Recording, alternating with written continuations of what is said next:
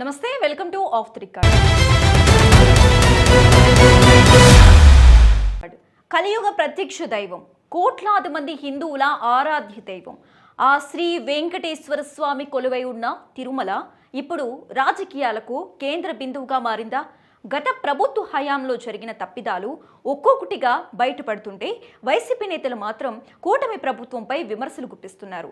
లడ్డూ ప్రసాదం కల్తీ దగ్గర నుంచి హుండీ దొంగతనాల వరకు ప్రతి విషయంలోనూ గత పాలకుల నీడ కనిపిస్తుంటే ఇప్పుడు ఆ నెపాన్ని కొత్త ప్రభుత్వంపై నెట్టే ప్రయత్నం జరుగుతోంది. అసలు తిరుమలలో ఏం జరుగుతోంది? భక్తుల మనోభావాలతో ఆడుకుంటున్నది ఎవరు?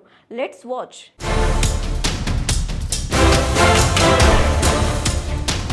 తిరుమల అది కేవలం ఒక దేవాలయం కాదు, అది ఒక ఆధ్యాత్మిక శక్తి.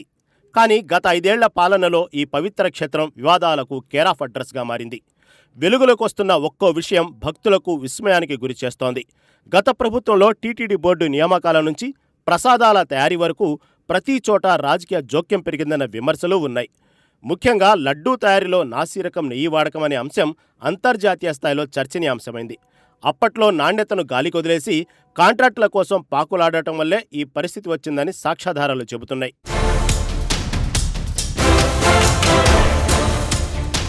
కేవలం ప్రసాదాలే కాదు, ఆలయ భద్రత మరియు ఆస్తుల విషయంలోనూ తీవ్ర అక్రమాలు జరిగాయని ఆరోపణలు వస్తున్నాయి.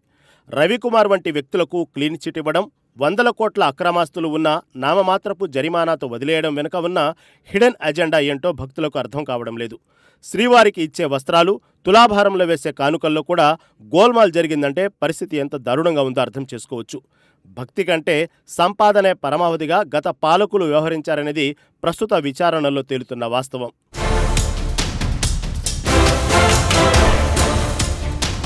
శ్రీ వెంకటేశ్వర స్వామి కొలువై ఉన్న తిరుమల పవిత్రతపై రాజకీయ రంగు పులిమే ప్రయత్నాలు భక్తుల ఆగ్రహానికి కారణమవుతున్నాయి.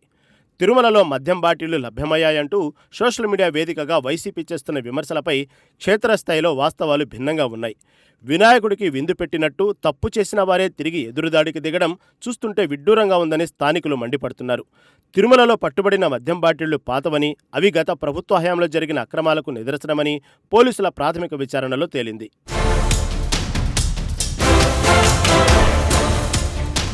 దీనికి మరింత బలాన్ని చేకూరుస్తూ గత ప్రభుత్వ హయాంలో వైసీపీ నేతలు తిరుమల రింగు రోడ్డు సమీపంలో బాహాటంగా మద్యం సేవించిన పాత ఫోటోలు ఇప్పుడు వెలుగులోకి వచ్చాయి. నాటి అపవిత్ర కార్యాలయాలను కప్పిపుచ్చుకోవడానికి నేడు బురద జల్లే రాజకీయాలకు తెరలేపారని భక్తులు విమర్శిస్తున్నారు. పవిత్రమైన ఏడుకొండలపై ఇలాంటి దుష్ప్రచారాలు చేయడం మానుకోవాలని స్థానికులు హితవు పలుకుతున్నారు.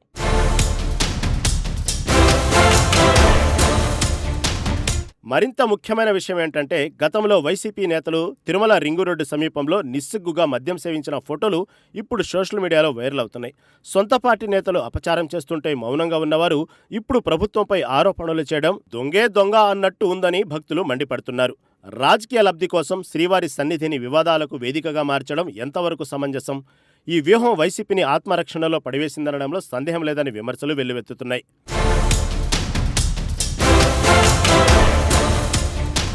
తిరుమల పవిత్రను కాపాడటం అనేది ఒకరి బాధ్యత కాదు, అది అందరి కర్తవ్యం. కానీ రాజకీయ ప్రయోజనాల కోసం దేవుడిని కూడా వాడుకోవడం అనేది అత్యంత దురదృష్టకరం.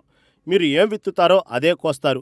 గతంలో చేసిన తప్పులకు ఇప్పుడు సమాధానం చెప్పుకోలేక బురద జల్లే రాజకీయాలు చేస్తున్న వారికి భక్తులే బుద్ధి చెబుతారు.